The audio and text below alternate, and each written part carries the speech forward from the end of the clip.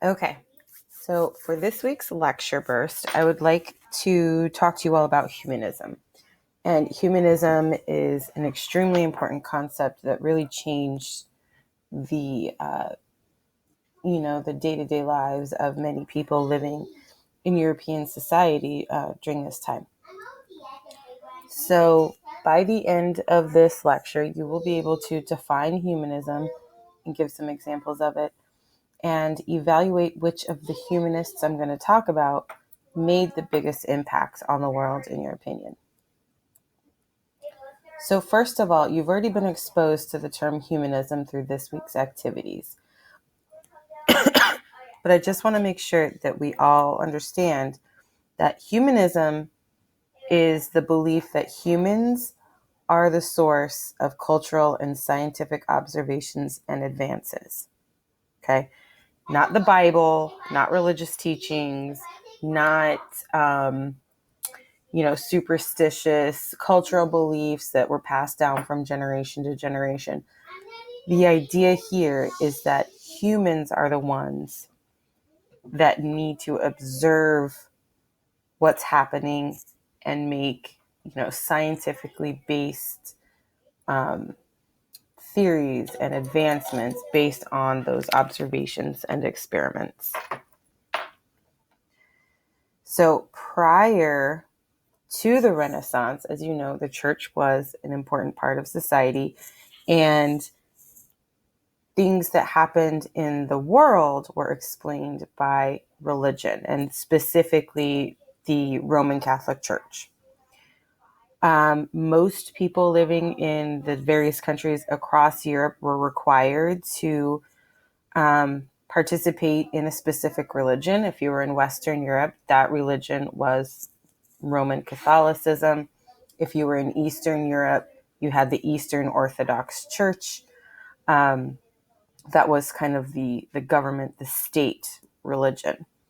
This helped run government, and it also made it so that people had very few individual rights because religious leaders and the authoritarian leaders, the political leaders, the kings, the emperors, were working together to really keep this system in place, and to concentrate power and learning into very few people's hands.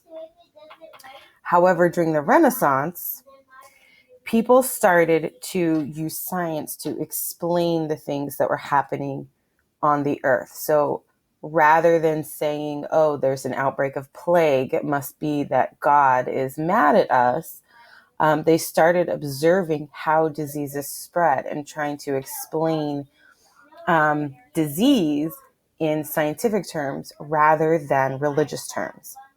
This was also the start of separation between church and state. And when we say state, we mean the government. There was more religious freedom in a lot of these countries. That it didn't happen overnight, but gradually the people started pushing back against their governments due to these humanist ideas that were spreading, and governments had to kind of slowly allow certain individual freedoms, and particularly in countries like England, where they had a very strong parliament that really, and they had the Magna Carta, which said these are the rights that people have as being humans. And that's when this really started. And of course, the level of freedom varied across Europe, depending on where you were. For example, in Spain, there were very few individual rights, and the King and Queen Isabella and Ferdinand of Spain, they viciously enforced the power of the church within their kingdom. Whereas then you have in England, where you have the Magna Carta that, allows people more individual freedom. But generally speaking, people were starting to push back against the idea that religion explained everything.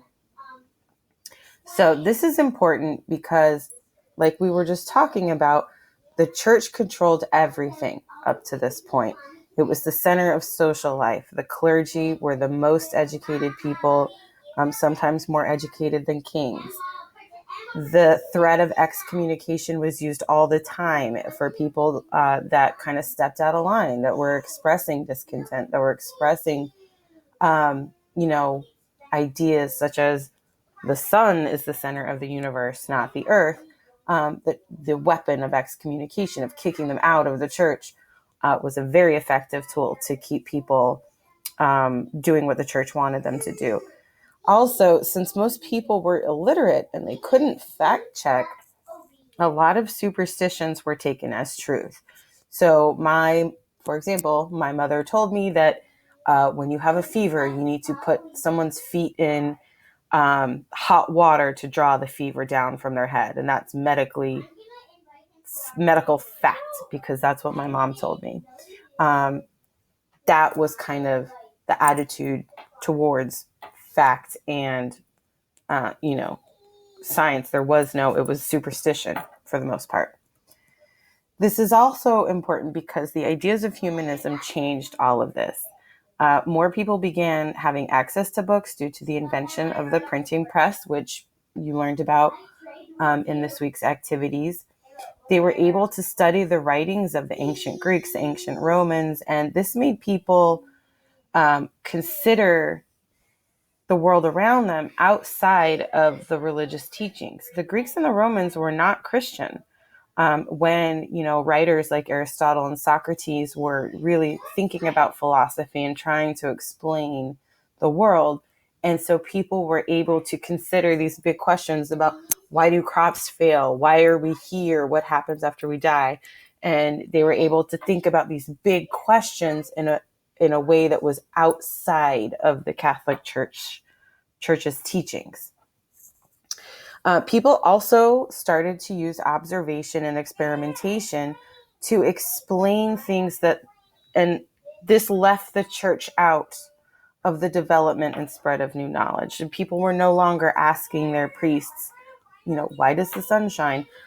People were observing for themselves. They were writing down or telling each other what they saw. They were running experiments. They were seeing what would happen if they changed something in a scenario to see if the outcome was different. So the development of the scientific method happened at this time. All of you are familiar with that. You use it in science class all the time. You have a hypothesis. You run some tests. You see if your hypothesis was right. And if not, then you go back and you try something else. And this was really the time that was developed and became a practice for many humanist thinkers at this time. Okay. Now that we have an understanding of what humanism was and why it was so important, we're going to take a look at a few. There were a lot of humanists, but a few of kind of the more prominent humanists of the time period. So the first person we have is a guy named Nicholas Copernicus. He was an astronomer, and he invented the first telescope. He was also one of the first people to say that the Earth revolved around the sun and that the sun was the center of the solar system. Prior to Copernicus, a lot of people believed that the Earth was the center of the universe and everything rotated around the Earth. And that teaching was supported by the Catholic Church. Due to the invention of the telescope, Copernicus was able to prove that this was not the case.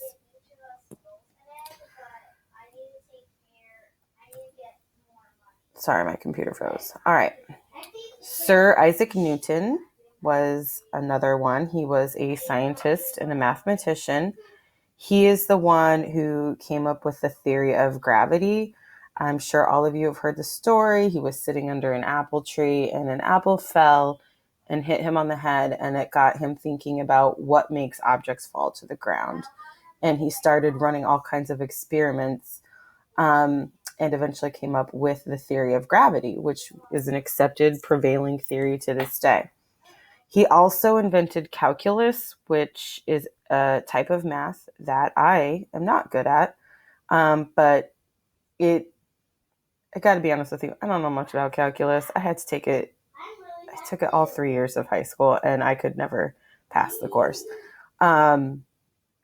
And so, yeah, it has something to do with like parabolas and like logarithms. I'm not really sure. But anyway, very fancy math that is still used in schools today. The next person is Galileo Galilei. More commonly, most people just say Galileo. He was an Italian astronomer and scientist. He took Copernicus's original design for a telescope and he improved it. And he also confirmed that the sun was the center of the universe. And as you know, the Catholic Church was extremely strong in Italy, and the church had a huge problem with Galileo proclaiming that the sun was the center of the universe. And he actually was on house arrest until from the time he said it till the end of his life. He died under house arrest. But he was still a very firm Catholic up until the end. But he could not take back his claims because he had scientific proof that this was the case. So very influential guy there as well. The next person is Miguel de Cervantes. He was a Spanish writer, and he wrote Don Quixote, which is still considered one of the most influential pieces of fiction ever written. It was the first, what we would consider a modern novel, where it was just a story about a fictional guy doing fictional things. The joke is that, this whole story is about a man who thinks he's a knight who jousts with windmills. But really, it provided a lot of social commentary on the institution of knighthood and kind of the silliness of it. But this piece of literature is still used in schools today. It's still discussed. There's been a couple movies made. And it was originally written in Spanish and has been translated into almost every other language in the world. But this was kind of one of the first fictional books, fictional novels that really made people realize that you can enjoy reading just to read. It doesn't have to be a religious book for you to enjoy it. Okay, Leonardo da Vinci. I'm sure you've all heard of him. He was kind of the jack of all trades. He's considered kind of the quintessential Renaissance man. He could do everything. He was a painter, an architect, an inventor. His sketches, he even sketched kind of an original draft of an airplane way before, human flight was even a possibility. He painted the Mona Lisa and the Last Supper, two very famous paintings that, are still on display today. And again, he did paint religious stuff, which, prior to the Renaissance, most art was religious, and Da Vinci did paint, some religious things such as the Last Supper, but he also painted the Mona Lisa. And he also had a lot of, anatomical drawings of the human body, and actually participated in some grave robbing and dissections to figure out how the human body worked, because back in the day you couldn't dissect a body. Like, people that wanted to learn how the body worked had to essentially rob graves, take the bodies out and cut them up and see what was inside. And Da Vinci participated in some of those things. Okay, William Shakespeare, again, you've all heard of him. He was an author, a playwright, a poet, an actor. He designed the Globe Theatre, which was a round theatre in London, which was an innovation because it made it so that the audience could see the play no matter where they were seated or standing. But what made Shakespeare stand out from others is that his plays were written in the vernacular. And the term vernacular means the common language of the common people. So writing in what was considered modern English, so that everyone could understand, was a first for the theater. Before this time, a lot of plays had been written in French or Latin or Italian, the fancy languages.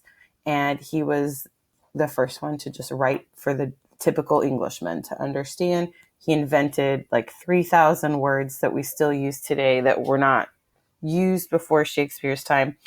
And additionally, his plays were not typically religious.